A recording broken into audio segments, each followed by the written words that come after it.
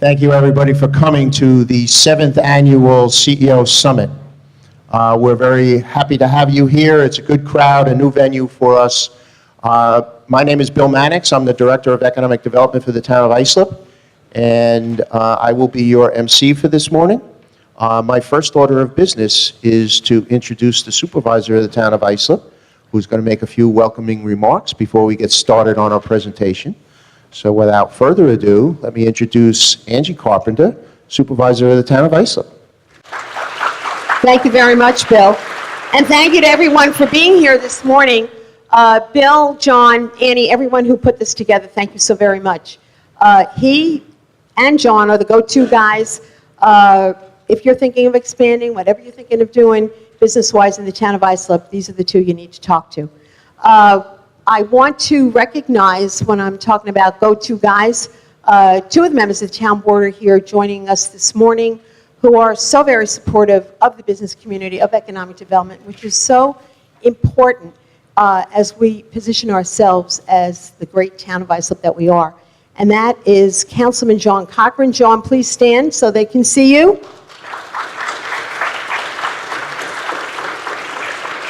And Councilman Steve Flattering.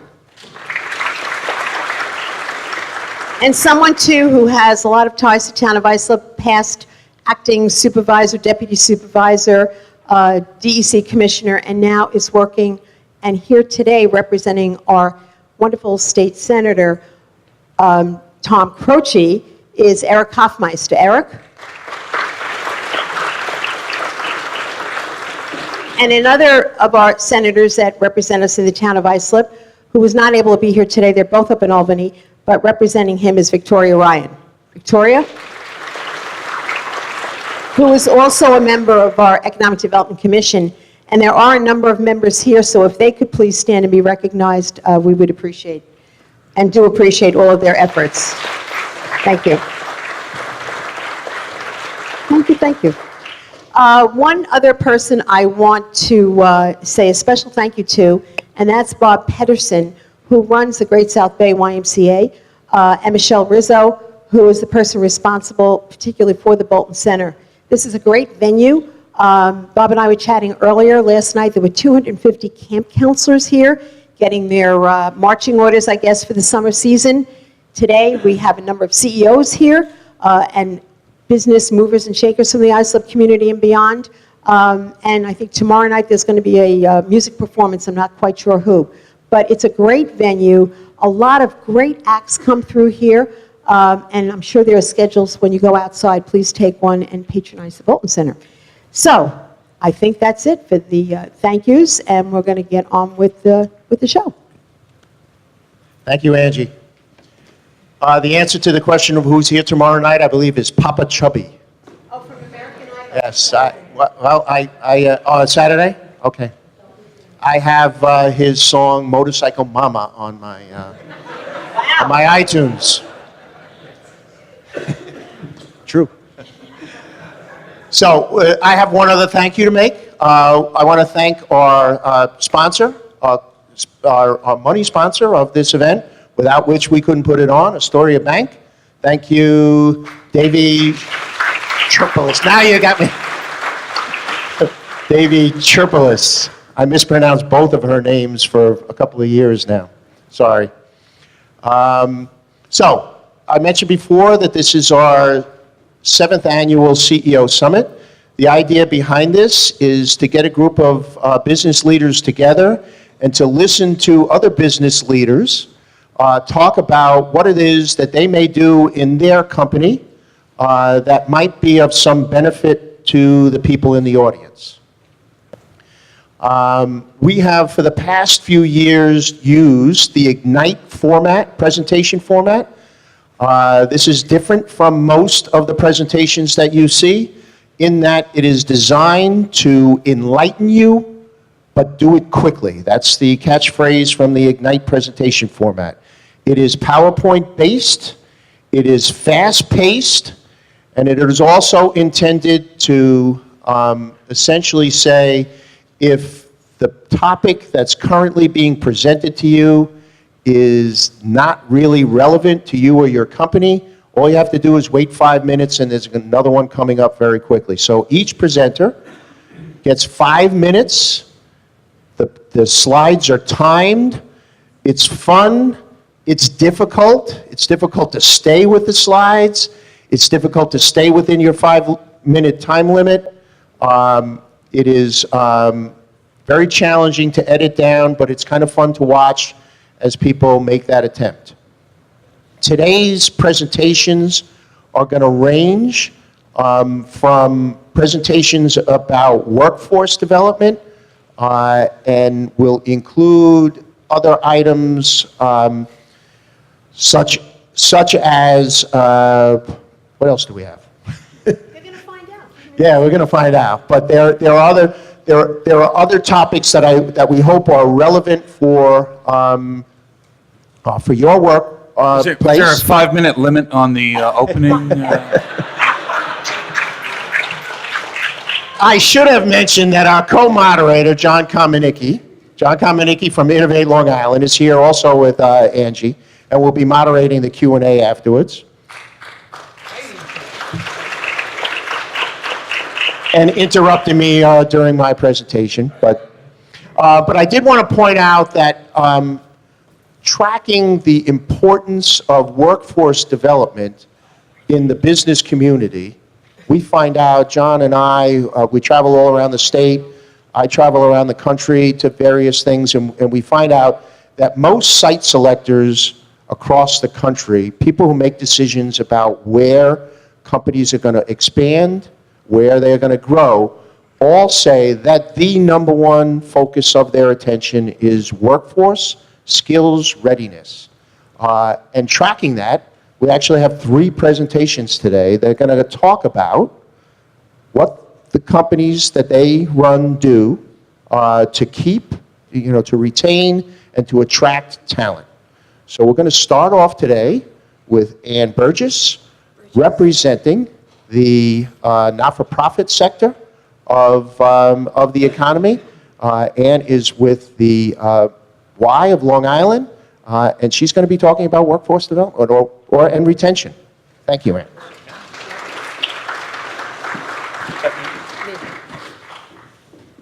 So it's always great for me to be home again here at the Great South Bay YMCA, where I started my career. So thanks, Bob and Michelle, for having me, and thanks, Bill, for that introduction. Last week, are we ready? I even have my own step stool back here. Last week, I had the opportunity to present in 2 minutes to the REDC, so I'm hopeful for today's presentation. It's really hard for me to say anything in 5 minutes. So here at the Y, we are the Y. We have 2,700 Ys throughout America, serving 22 million people in 10,000 communities. Wow, this is really fast. What we learned is that we are in the people business. We recognize our employees are our greatest assets. When we treat them well, they welcome everybody through our doors every day. Oh, okay, timing is crazy here. All right, what we've learned. I guess we're on to 15 seconds. Just keep going, okay. Our culture, we're learning that our culture is uniquely different. We're spread out over 2 counties, and so it becomes difficult at times to really onboard folks. We've just launched an online orientation, and what matters to me is how people show up. We want them to show up purposeful, living our cause with passion and purpose. We want folks to be welcoming, genuine, hopeful, nurturing, and determined, just like Bob led off last night with our camp counselors. Staff development, which will be the next slide, is a huge organizational priority. We've invested, especially as president and CEO, incredible time, energy, and resources. We bring training here to Long Island. We recently had the Ritz-Carlton group here training on this very stage. We send folks out to any number of YMCA of the USA, sanctioned training events, and we bring together our thought leaders. We have something called program cabinets, subject matter experts who come together to really innovate around membership, aquatics, childcare, camp, and any number of the other important initiatives for our Y.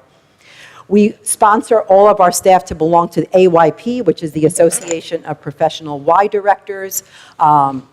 And we are this month actually launching our Leadership Institute, which is called our Rising Stars program. We've identified 17 top leaders, and they will be trained. We'll dedicate 1 day a month to training them, and you can see some of the topics.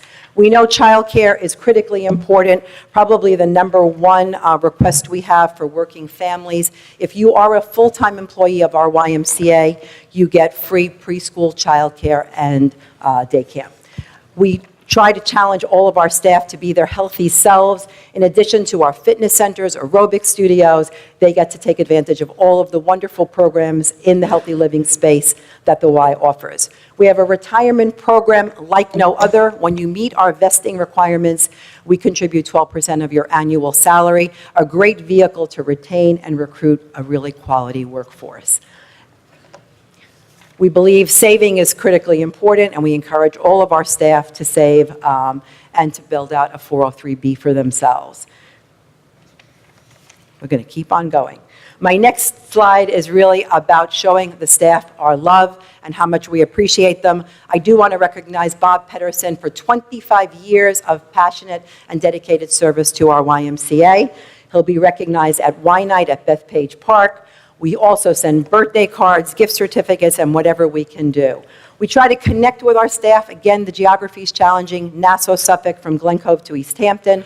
We have quarterly e-newsletters. We have a staff intranet, and I write a monthly president's message. D&I, important and embedded in our DNA. We really want to make sure that everyone has access and can thrive at our Ys.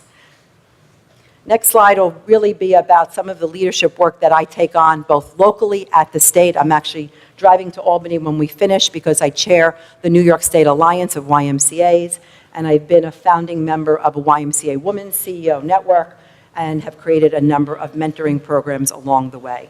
We hope everybody has a seat at our leadership table. With every decision, every action, with every person, we want you to be mindful of our mission and our cause and our strong sense of purpose. We are going to be building Ys for our future. I just signed an MOU yesterday for a new YMCA in Wyandanch. We are super excited. And as we think about the workforce of the future, we're trying to design spaces to meet especially all of our millennials. Do we have any millennials in the room? Maybe one or two. We're trying to get ahead of the digital curve. We have a new website that we'll be launching in a few months, and a really pretty vibrant phone app so you can go on and staff and members alike can sign up. Developing staff as community leaders, that's what it's all about. I have any number of colleagues and staff who really represent us through all of these different vehicles. And of course, the last slide is really just about the Y's real strong purpose around healthy living and partnering for healthy living. So I'll be available after for questions. Thanks so much for your time and attention.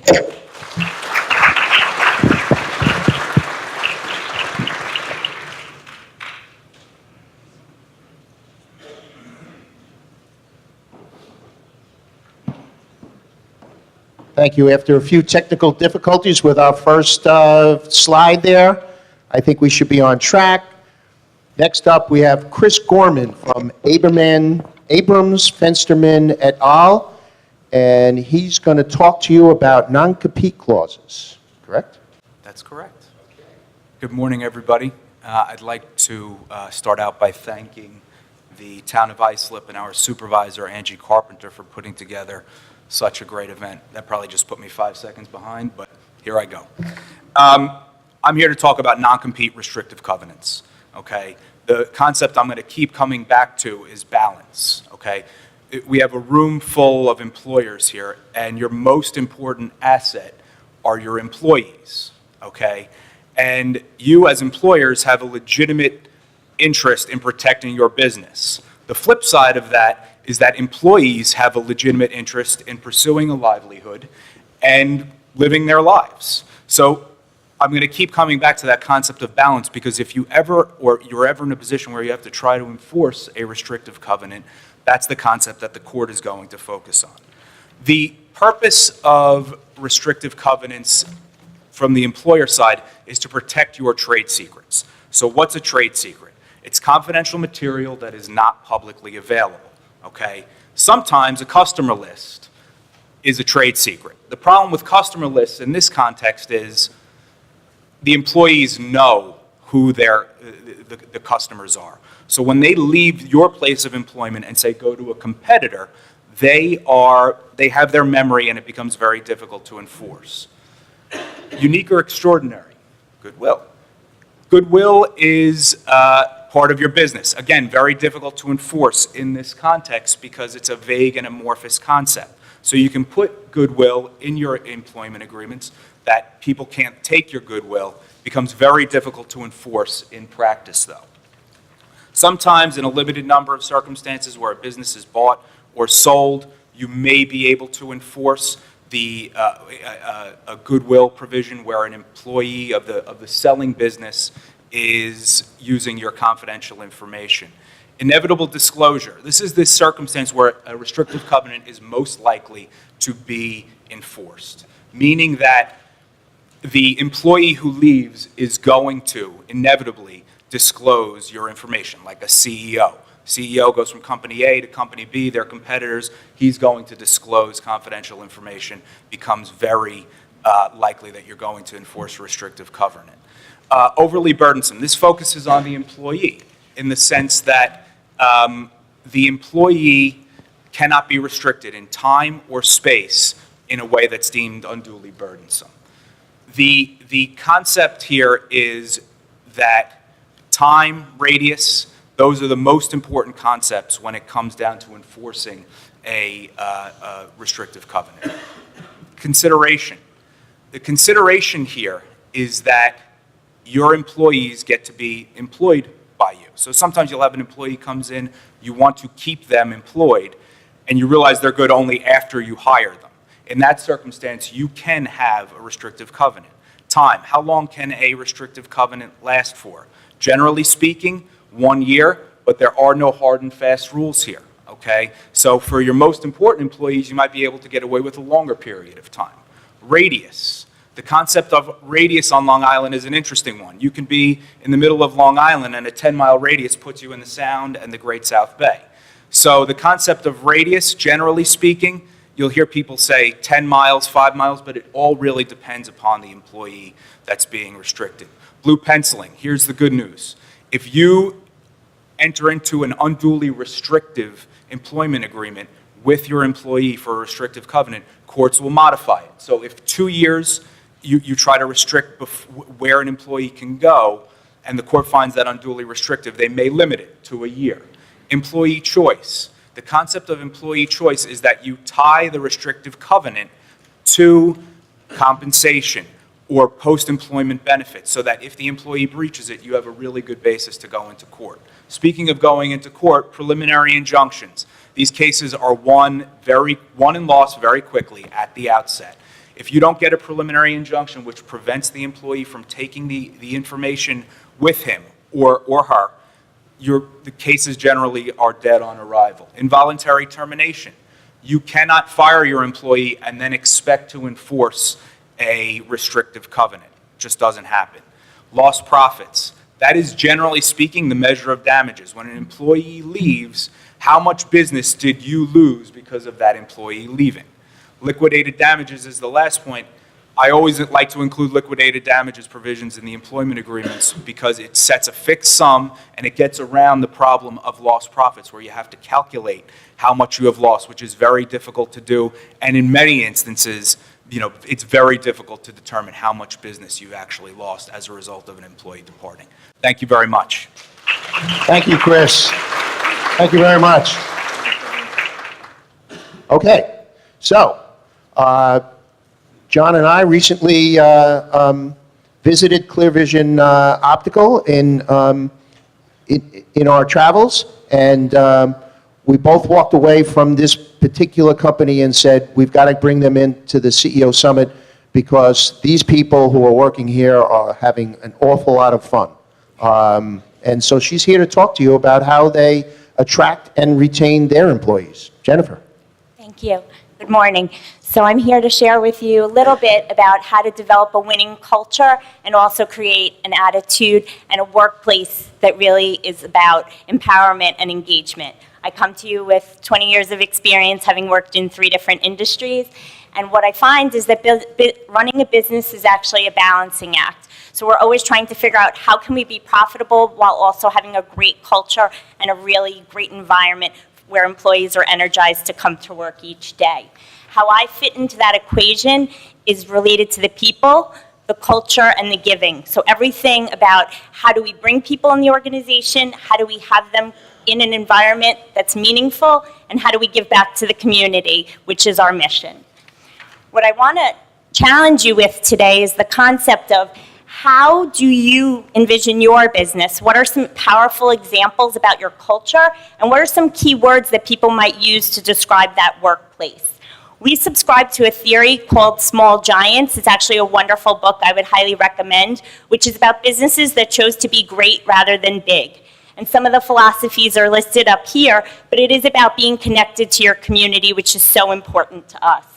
We do look to organizations that are best in class to get great ideas, and some of them are listed here, but it's really about what inspires you and what things can you take to really adapt into your business. Because at the end of the day, what's really important is authenticity and making sure that just because somebody else has a great idea, whether or not it fits within your framework and in your environment, you always want to be true to your actual self as an organization. So what we do is we actually create a shared visual language so that people can talk the same talk and that you're really in a place where everybody has a shared understanding. So some of the things that are listed up there are things that mean something to us. What's interesting is that you can make your values actually come alive in your space. So these are snapshots of what our building looks like. Many organizations post their values, but it's actually just on a wall and it's very one-dimensional. We live them. And we do that in different ways, one of which is our commitment to continuous learning, to making sure that employees have a chance to always grow and continue to have a great career path. And we've been able to partner with wonderful organizations throughout Long Island to do that. We talk a lot about communication, and one of the concepts we've adapted into our organization is this idea of a living room chat, which is really a focus group, but it's a way of getting people connected and having conversations and garnering feedback. And our belief is that when you work hard, you get to play hard too. So in reference to the fun that was mentioned, we're always finding ways to instill spirit and team building. It's really important to create camaraderie and a sense of collaboration. We also believe that when we win, we share, and that's infused in our profit sharing plan, and it's also in the ways that we celebrate. So when we were recognized as the best company to work for, the employees got to vote, and we actually had a color war competition. What's interesting is that we do find that when you treat employees really well, they translate that to our customers. And customer service is so important to every business. It's really how you grow and how you prosper. And so the way that you can do this is really by having everybody marching in the same direction. If you have people who are all on the same page and they understand what the expectation is, you are such a successful team. And you look to so many examples, whether it's in sports or other references. It's really important to not shop while you're hungry. We focus a lot on how we build talent, and the best way to do that is to have lots of touch points and to really put people in that potential role so you can see how they'll fare. We believe firmly that you hire for attitude. Many skills can be trained, but the reality is how you present yourself, how your attitude shows up, that's who you are, and so much a part of the best ways to attract talent. We're always looking to build talent. We have an award-winning internship program. Right now we have 23 students who are situated throughout our entire company, and we do it year-round. And that really has become our pipeline for talent, and it's become the way that we grow emerging leaders. And we have a very unique program that we affectionately call the Junior Justice League because they're emerging superheroes, and they relate very much to how they get groomed and make that transition from academic to professional. We believe in making the world a better place, and the only way that you do that is by giving back. And so we really focus our philanthropic efforts on what's compelling to employees, and we do that through fundraising, but also through sweat equity and actual hands-on support. Some of the secrets that we have found is really that inclusion aspect, so getting employees involved in internal committees, finding ways to celebrate and have spirit, and doing things that are a little different. Thank you so much. Thank you, Jennifer. Thank you very much. And just to talk about emerging superheroes, not to put much pressure on them, we have a special treat for you today. We have two students from the Kominicki High School who are going to talk to you about what Kominicki is doing to train the future business leaders of the next generation. So please welcome Carissa Marriott and T.J. Munsinger for their presentation. Thank you very much. Hi. Oh, okay. Hi, I'm Timothy Munsinger. Hi, I'm Carissa Marriott, We are both AP scholars that are part of the business program at Kominicki High School. and we're here today to talk to you about current and future relationships between businesses and our high school. At Kominicki High School, we believe that education is the key to success in all areas, business included. We are one of the top-rated schools in New York, and we host one of the largest business programs on Long Island. The same business program is also providing students like us with the skills necessary to grow your businesses. The Kominicki Business Program offers 18 business courses that over 700 students have already enrolled in the 2017 to 2018 school year. 14 of those business courses meet the qualifications to offer college credit to our business students. The current problem is that I have a 4.0 GPA and a passion for engineering, and I have no access to the business world. I will be working as a swim instructor. There needs to be a system in place that gets students like me into internships and business tours so I can further my experience and get career visibility. There are other stories like his. Our high school business program trains skilled, ready-to-work students, but they have no access to real-world work, and the skills that they have and they have learned are going to waste. In the end, they are left with choosing a different career path from the business career they have already been trained for and working towards. As a result of including students like us into the process, you will gain a worker that is readily available and trained in areas that provide a different skill set with promising results. On the other hand, students will get a taste of what it's like to work in their future field and further their education. One of the more asked about courses is social media marketing. In social media marketing, students learn how to market off different types of brands on the internet and other social media networks, such as Twitter, Instagram, Snapchat, and Facebook. This new type of marketing yields high success for all businesses. You'll have students in your business that are fluent in marketing through new mediums in order to reach a larger customer base. If any of you know fidget spinners, they were marketed through Facebook and Instagram, and now everyone has one. Another business course we offer is entrepreneurship. In entrepreneurship, students create their own fictional business and learn how to operate a business and evaluate risk with it. In addition, they also create their own business plan on how to create their business from the idea stage all the way to the point where they expand their company to new locations. Entrepreneurial values are a necessity in the business world. When students are combining their creative tendencies with formal education, you get a well-rounded, business-literate student at your disposal. These students will be able to provide that young, entrepreneurial spirit along with ideas and skills to bring your business success. One of the most valuable courses to students is financial literacy. Financial literacy provides students with the basis on how to manage money, credit, and create their own budget.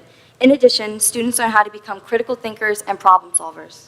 After taking financial literacy, a student learns how to handle money safely and effectively. This means that you will have someone who can make wise investments, understands income and taxes, and will help you manage your funds in a more efficient manner. Another course that would be beneficial to businesses would be Microsoft Office. Microsoft Office trains students on how to use Microsoft Office tools and how to excel in basic computer essentials. One of the major complaints we hear is that businesses have to waste time training their associates in Office tools. The fact that businesses are fundamentally built on Office tools means that it would behoove the modern company to acquire someone who is already trained with those skills. Luckily, Kominicki High School provides students who take Microsoft Office with the necessary skill set that will integrate very quickly into your business. One of the more famous business courses Kominicki offers is Virtual Enterprise. Virtual Enterprise is a course offered only to our seniors, where they set up and run their own business and compete against other businesses worldwide. Virtual Enterprise is an advanced program that brings a business to the classroom. The fact that, this adds to the overall business literacy aspect that our students, as they take positions in marketing, management, sales, etc. Again, since this is run like a real business, this class will provide a student that is motivated and passionate about the business field.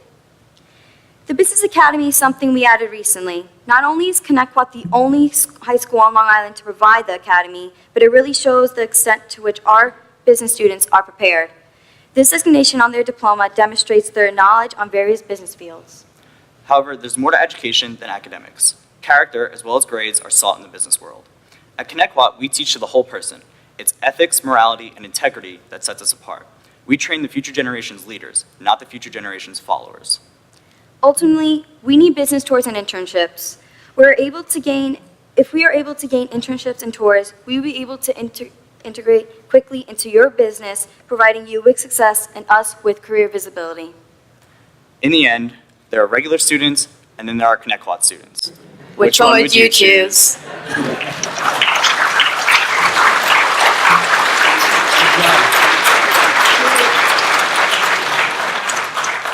Great job. And in keeping with their training on how to network, both Carissa and TJ have printed up business cards for themselves. So anybody who's interested in talking with them further, please afterwards get their business cards. Thank you very much. Our next presenter is Cheryl Gillette, who's going to talk to you about another burgeoning program that should be of interest to many people in the room. It's MWBE certification, Minority Women Business Enterprise certification, which can be a very rewarding certification, but is difficult to kind of understand and get through, and that's what Cheryl is going to help us figure out. In 5 minutes. In 5 minutes, yeah. Thank you. Good morning, I'm Cheryl Gillette, and I am the president of Competitive Edge Development, an employee training provider. I recently certified the business as a woman-owned entity last year, and it's been very helpful, but it is an overwhelming process. So I'm here to share my experience and the help available. So first, I wanted to go over some acronyms in this world of acronyms, the difference between the different categories. It's coming up, I believe. The MWBE is the Minority Women Business Enterprise, and the WBE, which I have, is the Women-Owned Business Enterprise. There's different variations, and also veteran-owned and disabled business. My experience is with the WBE. For all of these, the requirement is that you must be 51% or more owner and operator of the business, and you have to prove that through the process, and I will share with you in a moment how you do that. So why certify your business? For me, I've been in business since 2010. It's very healthy. I have a good client base, but I wanted to plan for the future, knowing that major corporations and also government agencies have requirements of how much they should spend on diverse suppliers each year. It can open doors.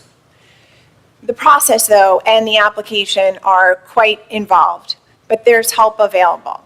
So the first thing that I did was I took a class at the Suffolk Community College Brentwood campus. It was every Friday for 2 hours for 4 weeks. It's also free, and it guides you through the steps you need to take and what you need to provide. This is really a scavenger hunt for business owners. There are also courses at Stony Brook from time to time. Then the advisors at the different colleges are very helpful in reviewing the application and the different requirements, guiding you on what you need to provide. You will need a lot of help from your accountant, but there's a lot that you have to do on your own, and they help check it and guide you through the process. You have to gather a tremendous bit of documentation.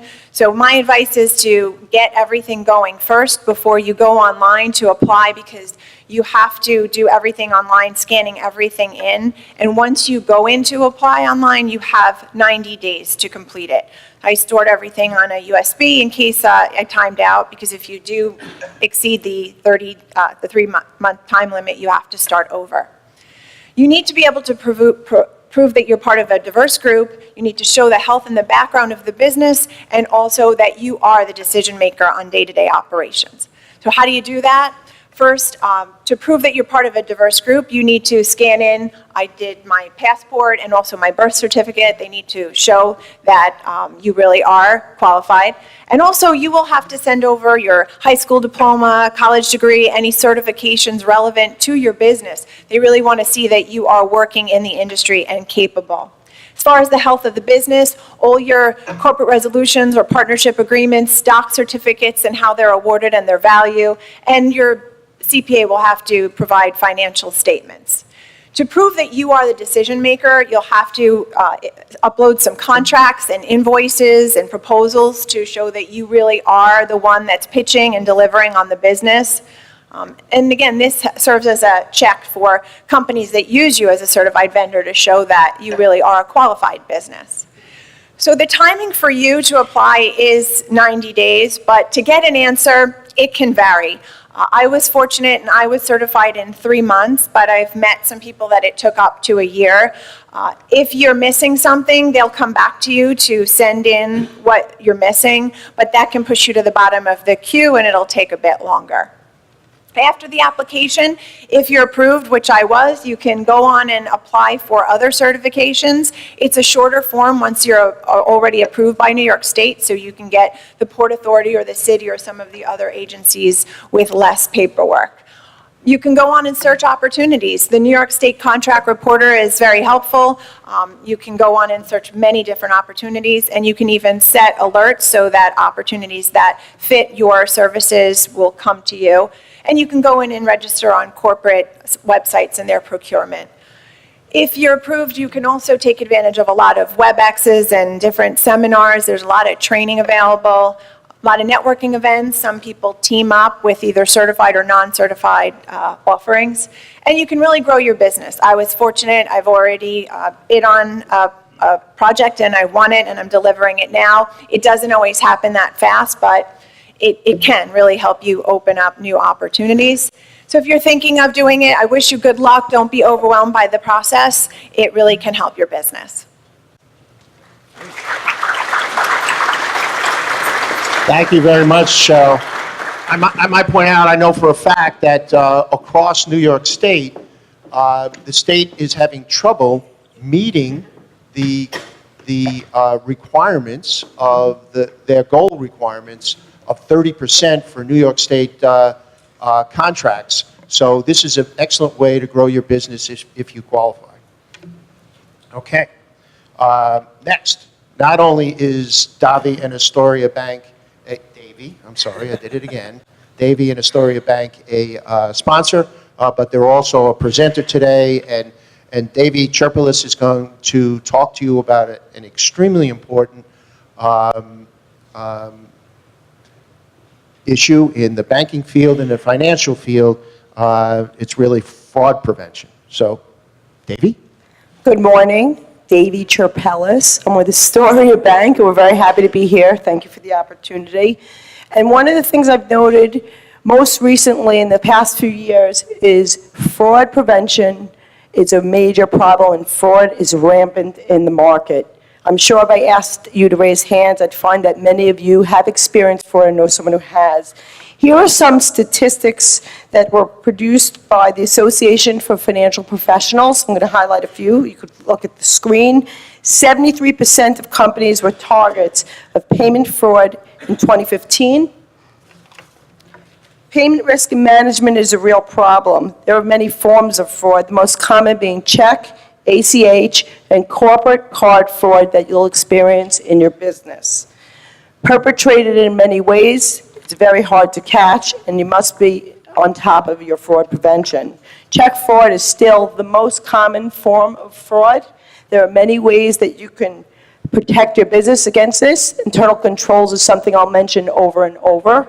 An important fact is the majority of checks presented for cashing are not verified by the account holder, making it very easy for those checks to fall through. And you'll imagine the amount of volume of checks that goes through every bank. ACH is also another very common form of fraud. That's an electronic debit to your business banking account. Very simple and easy to perpetrate. There are many ways to prevent it. Wire fraud, yet another form of fraud, not as easy because typically a business bank account doesn't enable anyone to debit them. However, there are many ways to perpetrate that fraud. Check, ACH, and wire fraud. There are many protection measures you can take and not be victimized by this. Most commonly, every bank has products to prevent fraud against your business bank accounts. Corporate card fraud is also quite common in the market. Internal controls could help prevent this. So make sure that whoever is using those corporate cards in your business, that someone else is going through the account reconciliations. While we're not professionals in the cyber risk business, I feel it's very important for me to touch upon that since all of our financial transactions today are typically done through computers. Malware is a very common problem that's intended to damage your PC, mobile device, or networks. It's very, very important that you keep up to date on all your software, hardware, and have the most common forms of preventative measures. There are many threats, as you'll see on the screen, but fortunately, there are many ways to prevent these threats, and the most important thing is your IT staff. For small businesses, they don't tend to have one, so there are many services out there in the market you can subscribe to help protect your business accounts. Some important practices to consider to protect your accounts and your computers due to financial loss from fraud would be to mitigate the risks associated by having those softwares on your computer and keeping them current. Identity theft, also a very important topic while we're here to talk about business. Every individual that works in your business could be victimized by identity theft. So there are measures you want to take and educate them to do so. Identity theft causes a major disruption in an individual, which could affect your business. For example, if someone's credit card is stolen, many charges are taking place, they might need hours or even days to resolve this. If your business bank account is compromised, what do? Well, hopefully the bank was able to bring it to your attention, but if not, you should be contacting your bank right away and letting them know that you're compromised. If that happens, there are certain measures you should take to resolve this. Most importantly, you want to have fraud products on there to prevent, but if you don't, you'll need to close your bank account, you'll need to get a hold of all the checks and reconcile what's out there and make sure that you can get the checks through and the debits through that are supposed to go through so you don't disrupt your business. Here's a checklist you should look at and really understanding most important is dual controls and internal controls in your business. Wow, this was hard. Thank you for listening. There's a lot more to share. Davey Trapellis, my cards are up top. Please take one and contact us if we could take more than 5 minutes to educate you. Thank you. Thank you, Davey. It'll take me a lot more than 5 minutes to get your name straight, too. And I apologize for that again. Next up, he's not only a presenter, but he's also the chairman of the Town of Islip's Economic Development Commission, which is an advisory board of 25 business people representing the strata of the business community in Islip. So Bob Single from Dayton T. Brown is going to talk about another unique way that they attract and hire talent. So Bob, please take the stage.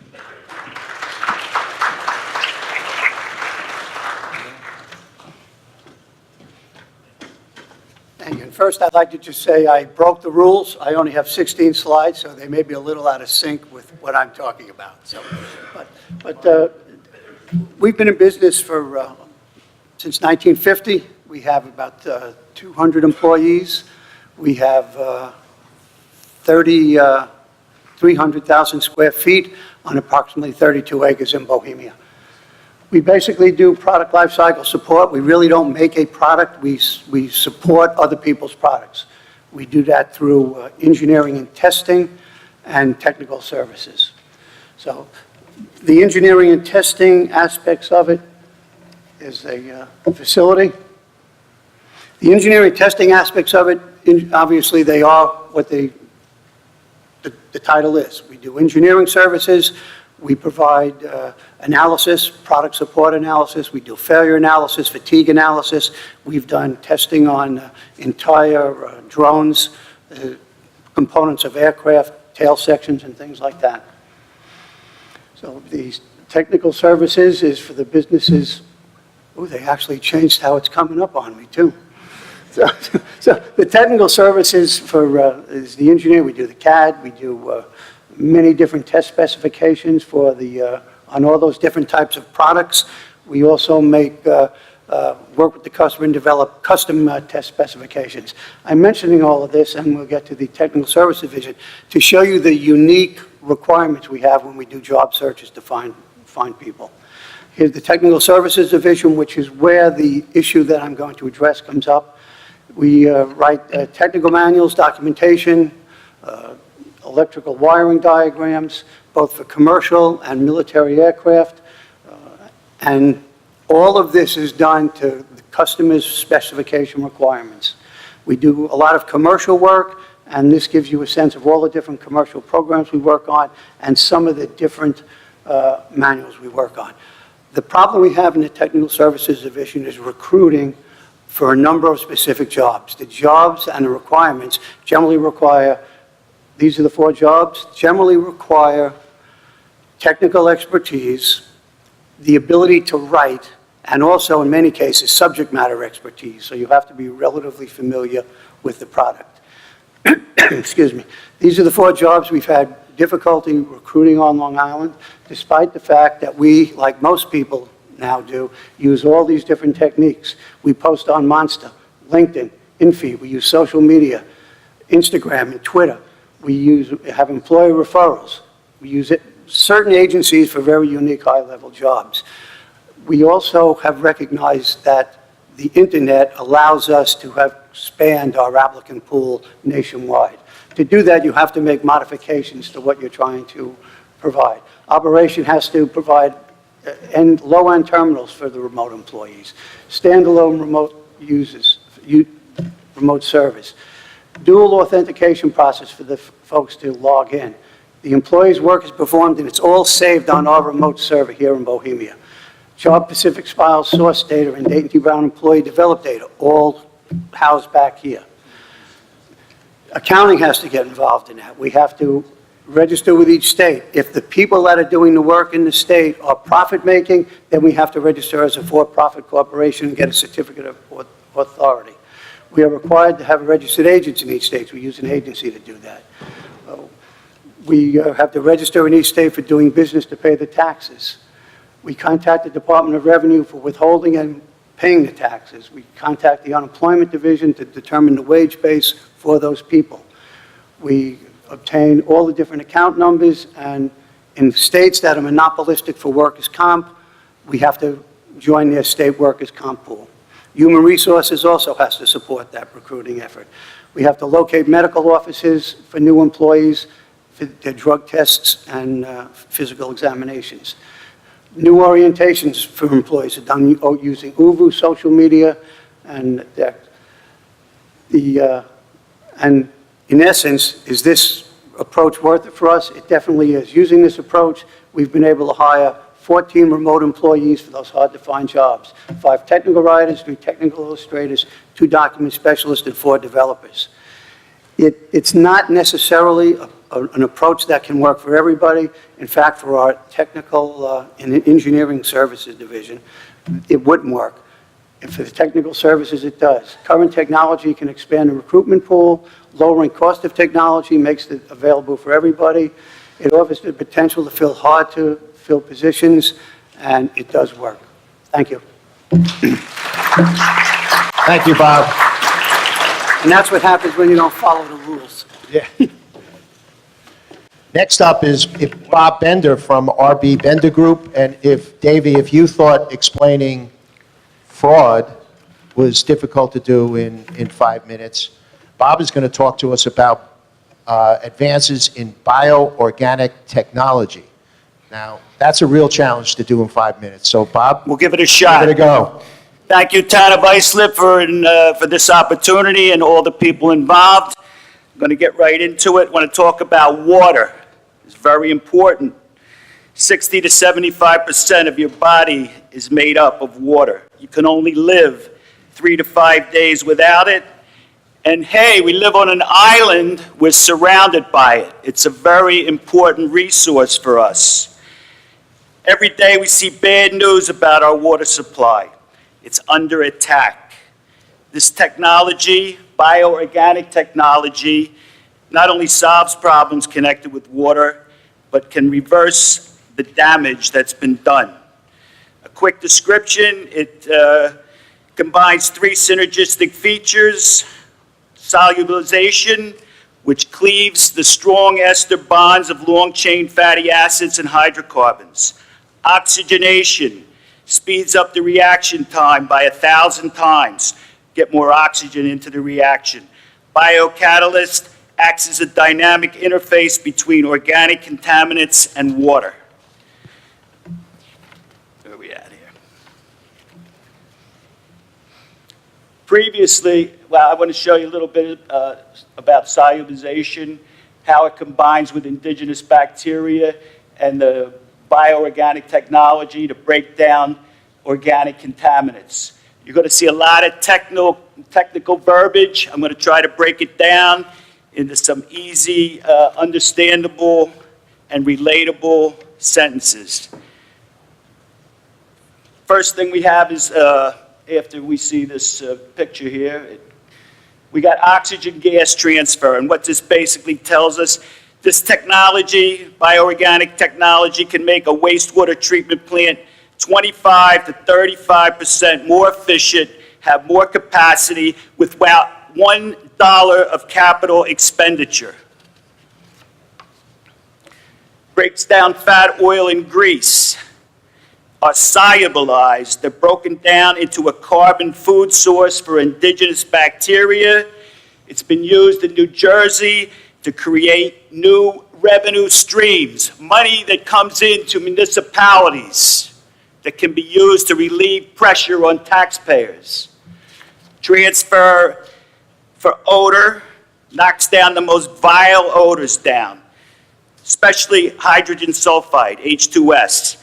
Protects our infrastructure. H2S is destroying our concrete drain lines. Hydrocarbons. Reduces hydrocarbons to their constituent components, carbon dioxide and water. You have oil here, you add the technology here, and you have carbon dioxide and water coming out the other side. Is that a beautiful thing? Can be used for general cleaning, okay? But when we pour our wastewater down the drain, we're now helping our local wastewater treatment plant to be more efficient. It works all the way down the line into the plant. Also eliminates pump outs and septic tanks. Again, breaks down biofilms, organic binders, and what hides there? We got pathogen, odors, and insects. This technology breaks them down. Reduces exposure to toxic chemicals. You got asthma, autism, immune system disorders, cancer. Is there anybody here that knows anybody that doesn't have one of these health problems? We can't prove a link between exposure to toxic chemicals, but there was a time when we couldn't do it for cigarettes either. Makes our wastewater plants more efficient. Ability to raise dissolved oxygen levels. This is very important, cuts down on a lot of the energy used at a wastewater treatment plant. Denitrification, big subject.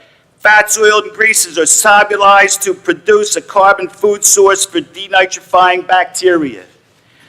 Look for the seal of safety, less toxic than Dawn dishwashing liquid. Non-toxic and safe for all human, animal, and marine life. All right, I caught up, come on. For awards that we've won around the world, Frost & Sullivan, Infrastructure Award, ACQ5 Global Award, the Game Changer Award. Okay, we're changing the game. We're changing the paradigm. Some of the beneficiaries of bioorganic technology, local users include National Grid, pharmaceutical companies, New York City DEP, and it was even used by the town of Islip. Save the taxpayers some money, too. So, thank you so much. Thank you, Bob. Our last presenter, again challenging my ability to pronounce last names, is George Ligarezos from Carter and DeLuca et al. And George is going to talk to you about protecting intellectual property, which is very important to each and every business in the room. There you go, George. Thank you. Thanks for having me. Adding value to your company by protecting its intellectual property is my talk. Intellectual property is creation of the mind. It's basically patents, trademarks, trade secrets, and copyrights. I'll be mostly speaking about patents, but I'll touch about trade secrets, trademarks, and copyrights as well.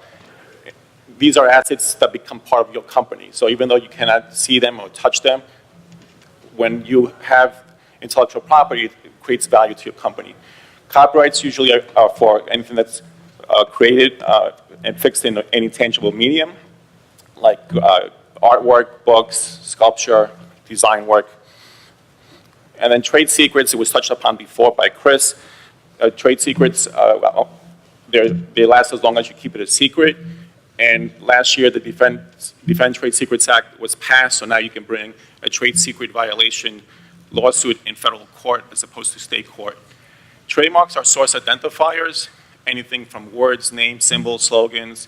They can last forever as long as you use it, and every 10 years you tell the U.S. Patent and Trademark Office that you are still using it. It's still viable. Patents give the owners the right to exclude others from making, using, importing, offering for sale, or selling the invention. It doesn't give you the right to make something, it gives you the right to exclude others from making it, and that takes more than 5 minutes to explain why that's the case. Well, monetizing patents, you can assign a patent, you can commercialize the technology yourself, you can license the technology to others. It promotes the widespread availability of your technology, allows other people to improve on it, and you get a royalty. What is patentable? It could be a process, an act of making something, a machine, a consumer product could be patentable. A manufacturing process, something that's made from any raw material, and if there's something novel about that way something is made, that could be patentable, as well as compositions of matter.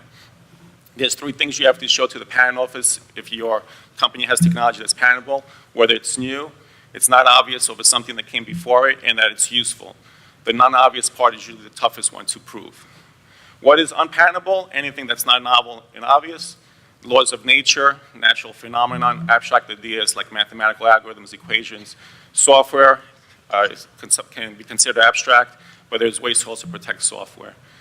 In getting a patent, the first step is the conception of the idea, and then you want to do a patent search to see if that is patentable, what came before it. It also helps the patent attorney create your application by knowing what's out there before you came up with your invention. Then you can file a provisional application. It gets you a filing date. It starts the process, and it doesn't get examined by the patent office until you convert that provisional application. And you convert it by filing a non-provisional within 12 months of your provisional application.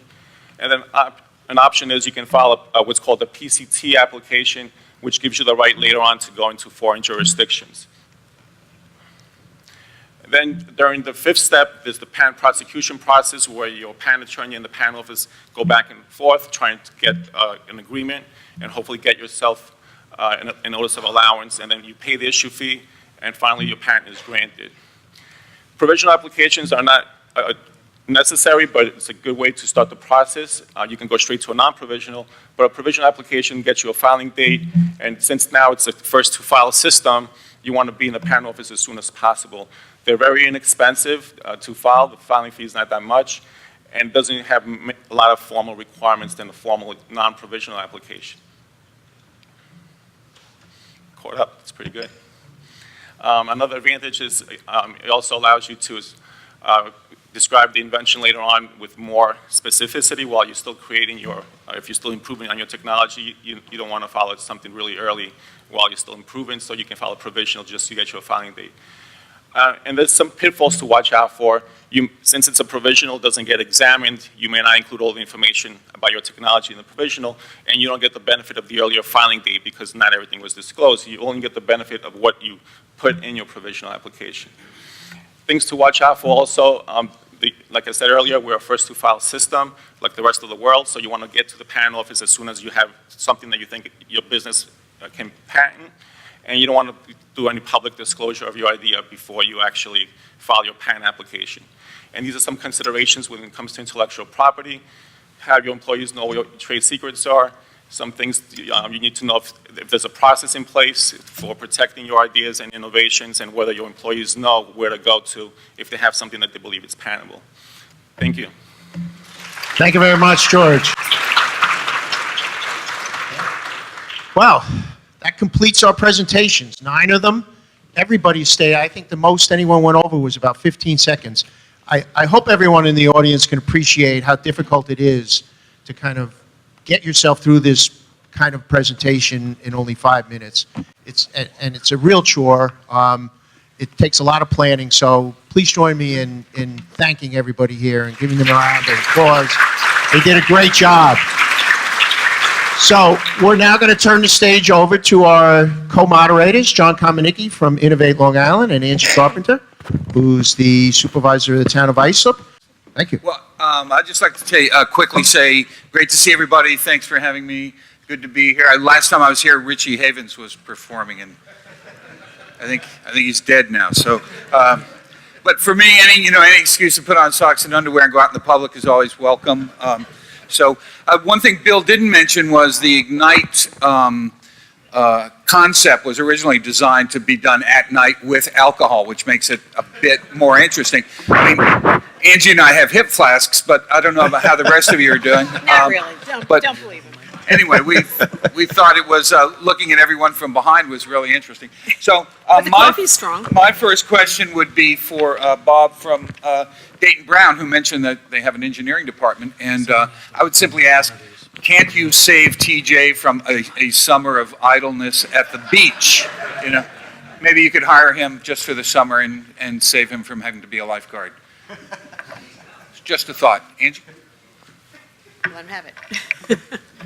Any questions from the audience on any of that stuff? Oh, Ernie, what a surprise. Ernie Fazio. While Ernie's getting ready, I just wanted to mention one other thing. In addition to our IDA and our economic development, we also are very, very unique in the town of Islip that we have a foreign trade zone. Brant Hemingway is here, so if anyone, thinks that might be something that works for them, please see him. The incalculable Brad Hemingway.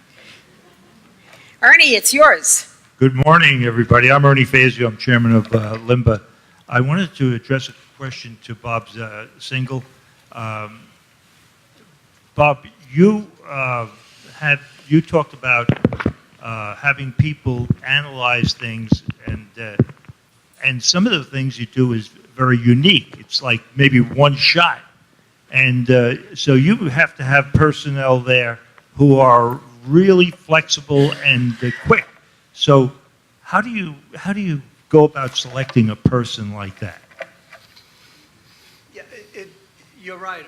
Talk right into it. Yeah, you're correct, Arnie. I mean, it becomes a little bit difficult because, like I said, we don't make a product.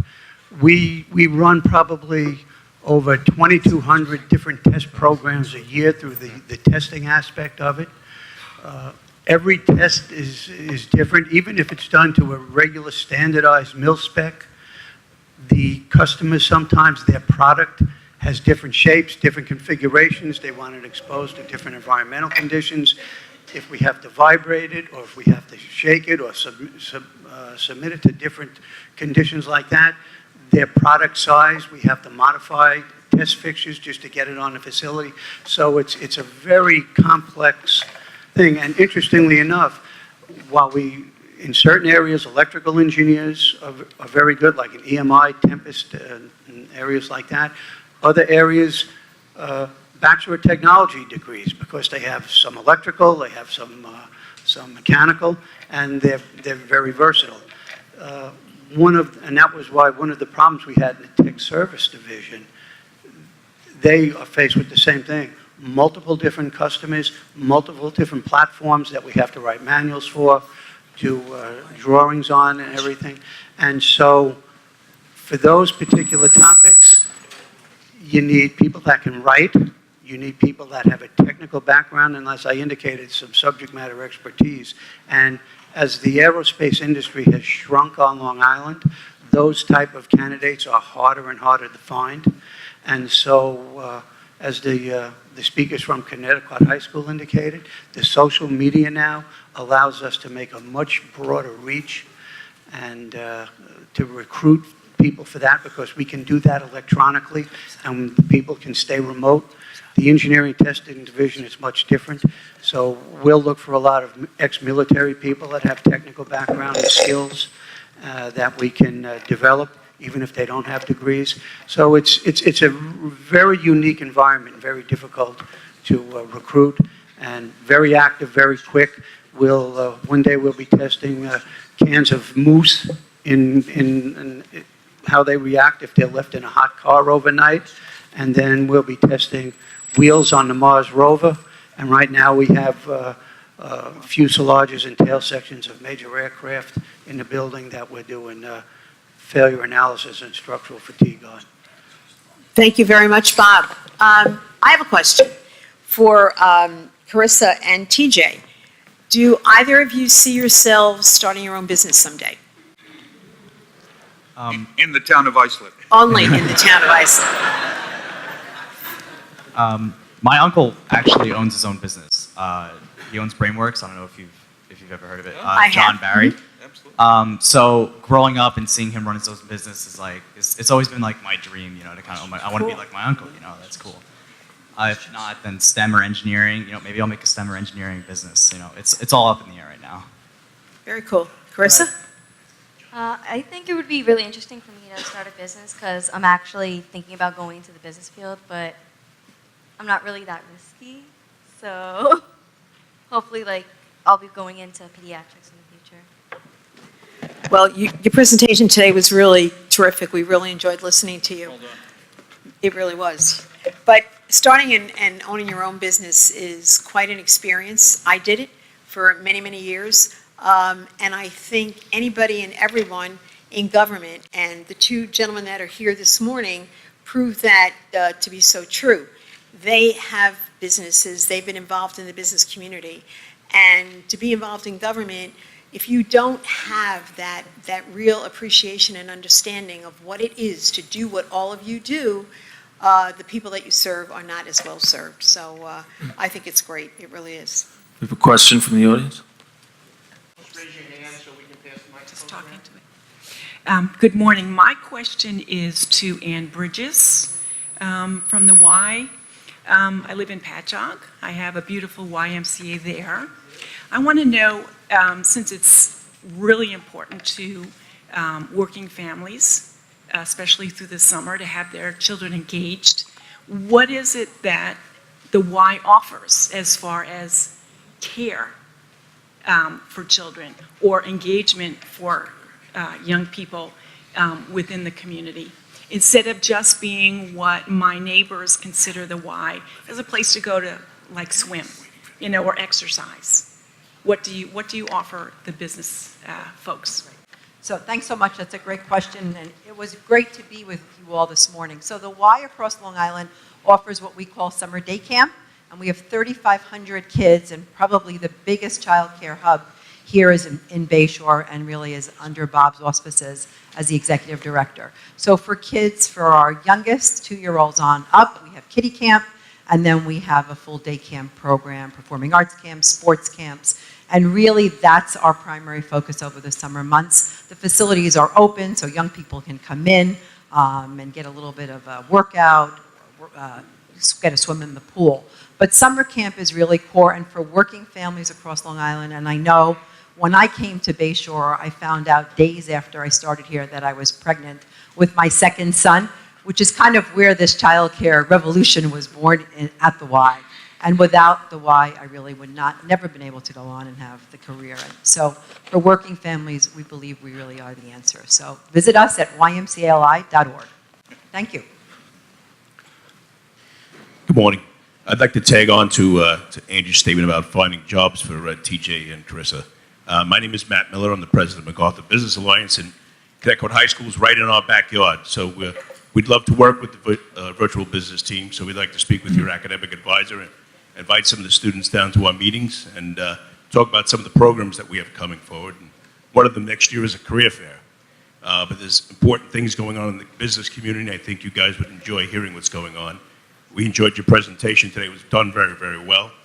And it speaks well for the Connecticut High School. I also attended a Music Honor Society event last week, and those students also very, very well spoken. So hats off to you guys and your academic advisors. You know, to pick up on what Matt was saying, if any of you have an opportunity and really think about it, you may think you don't, but you probably do, to have interns, to have students working in your businesses. It gives them the experience to be better when they go out into the business world. but it gives you talent that you can't imagine some of these young people have. And I know back in the day, and it's over 25 years now that I've been involved in my own private business, but I can remember how productive it was for me as a small business owner to be able to tap into students, to be working after school, to do things, learn things, and some of them blossomed into employees that worked for me for years after they graduated. So it's an untapped resource sometimes, and I know at the town of Islip, we are trying to do more of that too. We'll be calling you. TJ and Carissa, make sure you see Matt after the presentations are over. Get those business cards out. Bill, can I just ask a general question? Maybe we can do a show of hands. You know, I read recently that according to a new LIA report that Long Island has stemmed the outflow of millennials, where we apparently lost 100,000 of them, but that we've sort of evened off, but which is good news. But given that we have a 3.9% unemployment rate, I think it is, which means that's really people moving to another job. I just wonder, show of hands, how many people who are hiring are having trouble with any age group doing that? It's a lot. Yeah. Thanks. Sorry. That's fine. I think we have a question. Good morning. My name is Steve Ramarini. I'm the founder and chief visionary of Compel CEOs. I was a presenter last year, so thank you, Davey, and congratulations. All the presenters did a phenomenal job. My question is for George Licarezos. George, recently the Supreme Court handed down a decision regarding the venue of patents and patent lawsuits. So for those in the audience who may have intellectual property patents, copyrights, trademarks, etc., what's the impact of that and what should we be aware of? Sure. Yeah, it was the Harlan decision by the Supreme Court.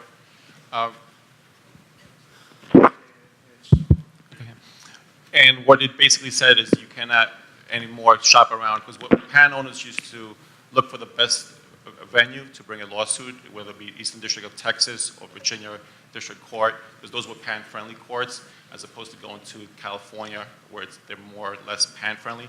So since a product can be sold throughout the United States, you can bring an infringer to court in any jurisdiction. So patent owners will pick the right jurisdiction where they would most favorable to them, and the Supreme Court said you cannot do that anymore.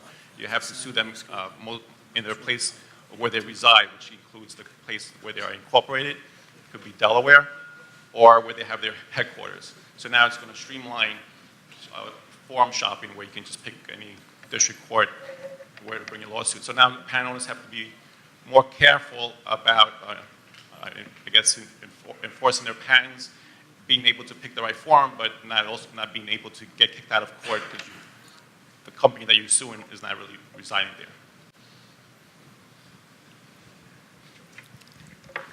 there. Anybody else? I have one for Davey. Thank you, by the way, for being the sponsor, Astoria Bank. But any final tips or precautionary things that people can do to prevent fraud? Yes, thank you. In respect to financial fraud, the top 3 tips I'd give everyone is internal controls, so dual bookkeeping, make sure you have separation in your employee base. Secondly, I would suggest no matter what bank you're with, you're very attentive to your bankers who are advising you to take fraud prevention products into your banking, whether you have small accounts with little money in it or large accounts with lots of money in it, you could still be a victim of fraud. It's very disruptive to your business and can result in financial loss. So you have ACH blocks and filters, which controls debiting to your account, and positive pay, which controls checks clearing through your account. And lastly, and most importantly, I think, is your technology. Make sure your technology is current, that you have all measures there to prevent hackers and people accessing, and control your employees as well from downloading from websites and going on to websites, uploading from any jump drive that could have an infected document virus that will infect your whole computer.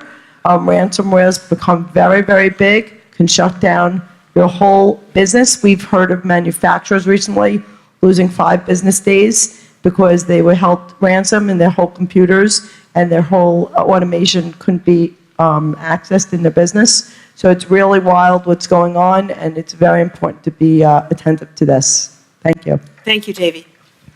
Well, I could do with 5 days off. Just send those people over. A serious question, though. I was surprised to hear you seem to say that checks are nowadays sort of the biggest threat to, fraud access to a business. And, I mean, given how quickly, blockchain security and all sorts of digital controls are, and financial movement of money digitally, and not to even mention bitcoins, it seems interesting that there isn't a quicker transition out of paper checks to the digital world. I mean, especially thinking that I can, using a free WhatsApp app, send my wife a completely, ciphered message. You think we could get some of that in the banking industry? Well, that is available, and we do try to educate business owners on the benefits of going to a form of paying their vendors and collecting monies from their clients through technology, which is safer, and it helps prevent your bank account data being out in the open market, which, as I said, is the most easiest form of fraud. And as you mentioned, that there's still an enormous amount of volume of checks that are processed in the business community we're talking about, and so easy to get access to printing a check. And because of that volume that goes through in these small dollar amounts, those checks are auto-processed through the system, and that is why, there's another important fact, you might have anywhere from 6 months to a year to dispute a check that was fraudulent and recover monies. The law is very gray, and there's a lot of different ways, and it depends on the check and what the fraud was. But on ACH, which is an auto debit to your account, you typically have 1 business day to get to your bank and get them to reverse it and say it was not authorized to debit you. And after that, your money is gone, and the person who committed the fraud is not the bank, and the banks are not responsible for the fraud. You have to go to authorities, you have to go to your government, you have to go to your police, you have to sign affidavits, and then you have a lot of pain by closing your account. So it's really painful, and you really should have the product on your account to protect them. So everyone needs to be alert and educated, so thank you in that endeavor here this morning. So what do you think? We should wrap it up? One more question? Nope. Taiwana from Small Business Solutions. Recently got my doctorate for management, and one of my researches was millennials in the workplace. So this is for Jennifer Trachtenberg. Do you have issues with generational conflicts? And if so, how do you handle them?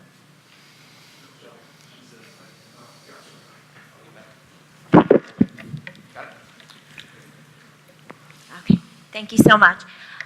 We actually don't look so much at how our millennials treated one way or the other. Our business philosophy really focuses more on how do we create a great work environment and how do we treat everybody fairly. Fairly doesn't necessarily mean the same, but fairly.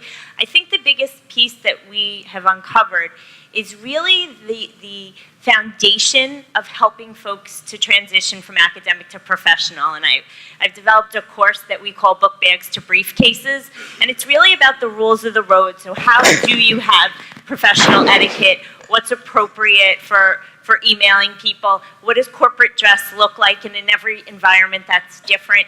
So really helping to get them acclimated into the culture of the organization, and also understanding that they bring tremendous value. So, there was a reference before to the benefit of having students, and the program that we offer around our internship is really not only about doing actual work, but it's about learning what is it like to be in a business environment.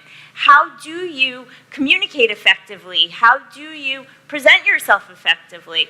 And so when you put a little bit of investment in that, and you mentor, and you network, and you give them the tools and the support, they blossom tremendously, and it doesn't become about focusing on any single generation as much as focusing on these really incredibly talented individuals who only want to contribute and bring a wealth of knowledge around technology, innovation, and what's really nice is they bring an unjaded spirit because all they want to do is learn and really spread their wings. So thanks for the question.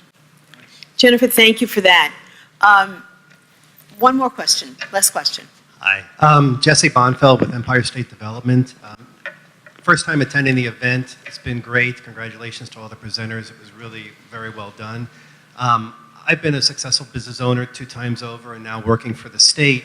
I just wanted to make everyone aware that there are an enormous number of resources that are available to business owners, technical resources as well as non-technical resources to help people who are trying to solve problems and grow their business and hopefully hire more people.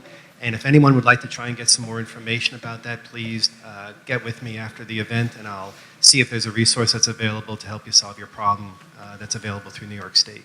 Do our moderators want to say anything before we end this Just whole thank program? everyone for, coming, and we'd like your feedback because we've gone back and forth with different kinds of formats, so please let Bill and John know.